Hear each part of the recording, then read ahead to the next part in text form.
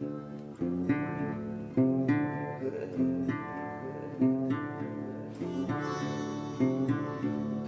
this episode, I try making my way to the claim, only to be turned around by the snow.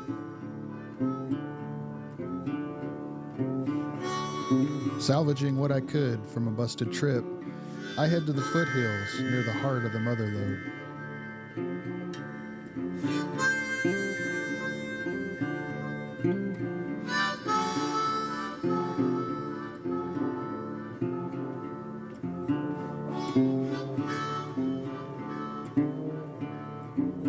It's here I meet up with Jarrod, a fellow claim owner and longtime friend with a very productive placer claim on a historical creek on a rich deposit.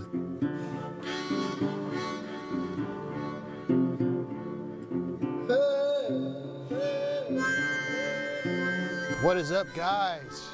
We are back here in the sticks with Jarrod, and we're on his claim. I'm not gonna name any names, tell you where it's at, because it's really cool and there's a lot of old workings here. And we're gonna poke around and see what we can find. The hill, all this into the hill here. We're on a bend in the creek. And this is a bench where all this stuff is accumulating. But you can tell it's not water, it's water worn, but in place. This isn't like a flood bench deposit. No. This is just what was eroded off of the high, off the high water mark. They would have their long toms set up in between these areas here. And then you can see the bedrock fence.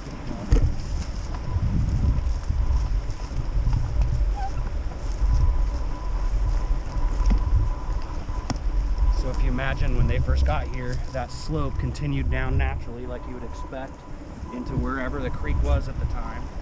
And they just hogged it all out until they weren't getting what they wanted anymore. Downstream, we get the flakes of slate that they were busting out. Yep. You'll get holes in it. Pyrite? Well, we get.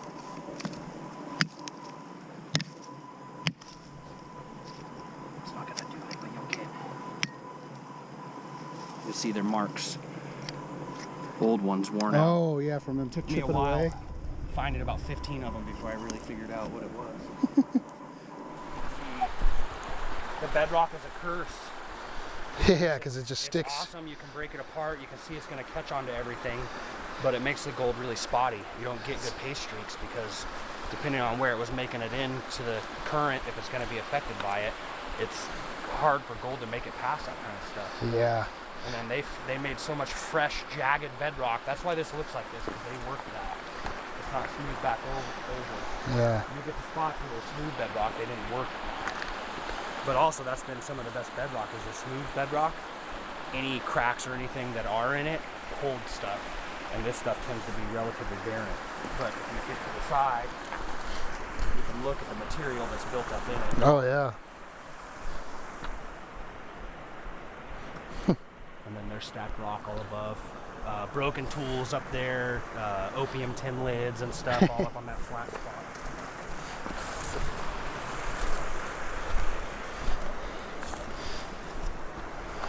Pyrite. Yep. Seen a lot of that stuff. And oh, wow. You can just see the mineralization. Yeah. Stringer veins.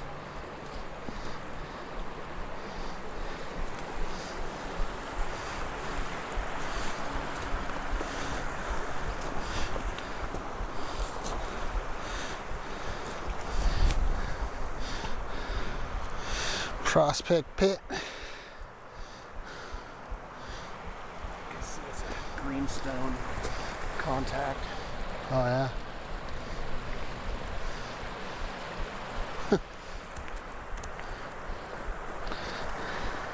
See more mineralization. Serpentine. Oh, yeah.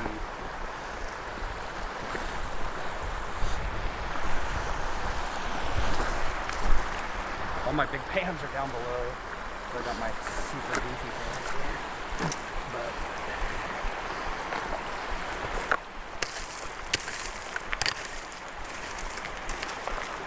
not much color out of this, but what's crazy is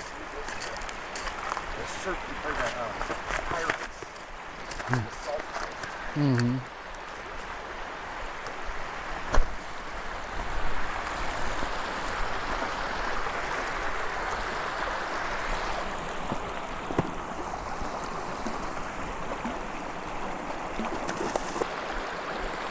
Couple little specks of color. Yeah, I could see a little bit of stuff in there. You can see some of it's oxidized, and then you can see how that's just a clump of it. Mm-hmm. And if you look with that loop, there's little tiny gold. Oh yeah. See the bedrock is right at the surface here. Oh yeah. They worked it all the way up, and there's quartz stringers into all of that there, and if you follow this, you just start to hit more holes up the hill. I gotta get my fungi shot. I always look for fungi.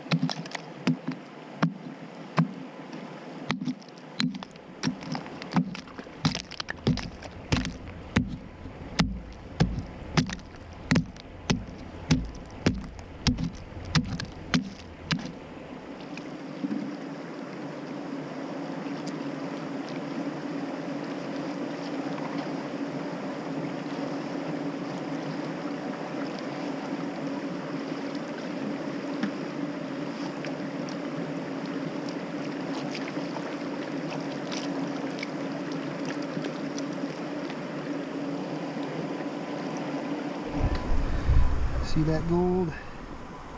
Oh.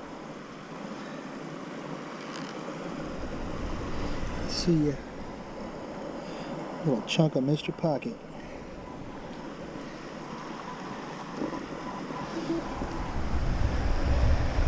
So Jarrod has got a cleanup to share with us.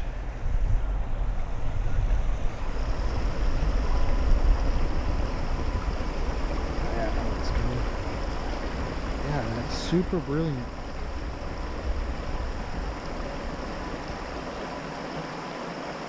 Dirty piece too.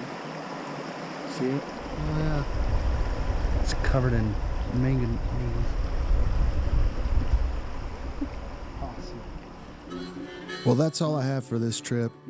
Jarrod wanted some drone recon done at the claim, and in return, I was able to get this nice piece of gold. It was a good way to turn a bad day into a good day.